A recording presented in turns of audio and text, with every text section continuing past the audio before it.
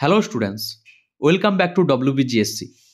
আজ আমরা আলোচনা করব ফাদার্স হেল্প গল্পটি নিয়ে, যা বিখ্যাত লেখক আর কে নারায়ণ লিখেছেন। গল্পে যাওয়ার আগে আমরা লেখক আর কে নারায়ণের সম্বন্ধে একটু জেনে নেব। R K Narayan is one of the leading figure of early Indian literature in English.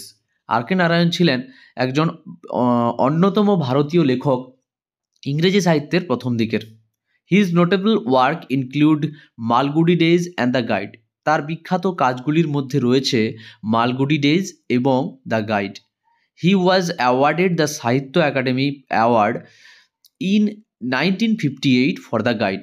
তার গাইড সাহিত্য চর্চার জন্য, সাহিত্য কর্মের জন্য 1958 খ্রিস্টাব্দে তাকে সাহিত্য একাডেমি পুরস্কার দেওয়া হয়। The story an edited excerpt from Malgudi days. এই গল্পটা মালগুডি ডেজ যে সাহিত্য কর্মটা রয়েছে সেখান থেকে কিছুটা অংশ, সংক্ষিপ্ত অংশ তুলে দেওয়া হয়েছে। Is about a young boy. কার সম্বন্ধে? একটা ছেলের সম্বন্ধে। কল্ড স্বামীনাথন, যার নাম Swaminathan. Who is unwilling to go to school. যে স্কুলে যেতে চায় না। But is forced by his father to attend school. কিন্তু তার বাবার দ্বারা জোর করে তাকে স্কুলে পাঠানো হয়। The story explore how through the event that follows Sami's original reservation about his teacher Samuel get transformed considerably। যে এই গল্পের মাধ্যমে আমরা দেখতে পাবো কিভাবে স্বামীর ধারণাটা তার শিক্ষক সম্বন্ধে, তার স্বামীর ভুল ধারণাটা তার শিক্ষক সম্বন্ধে ধীরে ধীরে পরিবর্তন হয়েছিল। দেখো এবার আমরা গল্পে যাচ্ছি। লাইং ইন বেড, বিছানায় শুয়ে শুয়ে স্বামী রিয়ালাইজড, স্বামী বুঝতে পেরেছিল, উইথ এ স্যাডার মানে ঝাঁকুনি বা কাঁপুনির সঙ্গে, দ্যাট যে ইট ওয়াজ মন্ডে মর্নিং, এটা ছিল সোমবার দিন সকালবেলা। It looked as though only a moment এগো ইট ওয়াজ ফ্রাইডে। এটা মনে হয়েছিল যে কিছুক্ষণ আগেই এটা শুক্রবার ছিল। অলরেডি মন্ডে ওয়াজ হেয়ার, ইতিমধ্যেই এখানে সোমবার এসে পৌঁছেছে। He hoped he did not have to go to school. সে স্কুলে যেতে চাইছে না বা তার স্কুলে যাওয়ার ইচ্ছে নেই। অ্যাট 9 o'clock, 9টার সময়, স্বামীনাথন ওয়েল্ট, স্বামীনাথন আর্তনাদ করে উঠল। আই হ্যাভ এ হেডেক, আমার মাথা যন্ত্রণা করছে, বা কাঁদতে কাঁদতে বলেছিল। মাদার জেনারেসলি সাজেস্টেড, মা দয়া দেখিয়ে বা দয়ালুতার সহিত বলেছিল বা নির্দেশ দিয়েছিল, দ্যাট যে স্বামী মাইট স্টে অ্যাট হোম, স্বামী বাড়িতে থাকতে পারে। অ্যাট 9:30, 9:30টার সময়, when he ought to have been in the school prayer hall, যখন তার স্কুলের প্রার্থনা ঘরে থাকার কথা, স্বামী ওয়াজ লাইং, স্বামী শুয়েছিল, on the bench in the mother's room, মায়ের ঘরের বেঞ্চের উপর। ফাদার আস্কড হিম, বাবা তাকে জিজ্ঞাসা করলো, have you no school today, তোমার কি আজ কোনো স্কুল নেই, বা তোমার আজকে কি স্কুল নেই? হেডেক, স্বামী রিপ্লাইড, স্বামী উত্তর দিয়ে বলল, আমার মাথা যন্ত্রণা করছে। ননসেন্স, বাজে কথা। ড্রেস আপ অ্যান্ড গো, এখনই পোশাক পরো এবং স্কুলে যাও। হেডেক, মাথা যন্ত্রণা। Loaf about less on Sundays and you will be without a headache on Monday. রবিবারে কম ঘোরাঘুরি করলে সোমবারে কোনো মাথা যন্ত্রণা থাকবে না।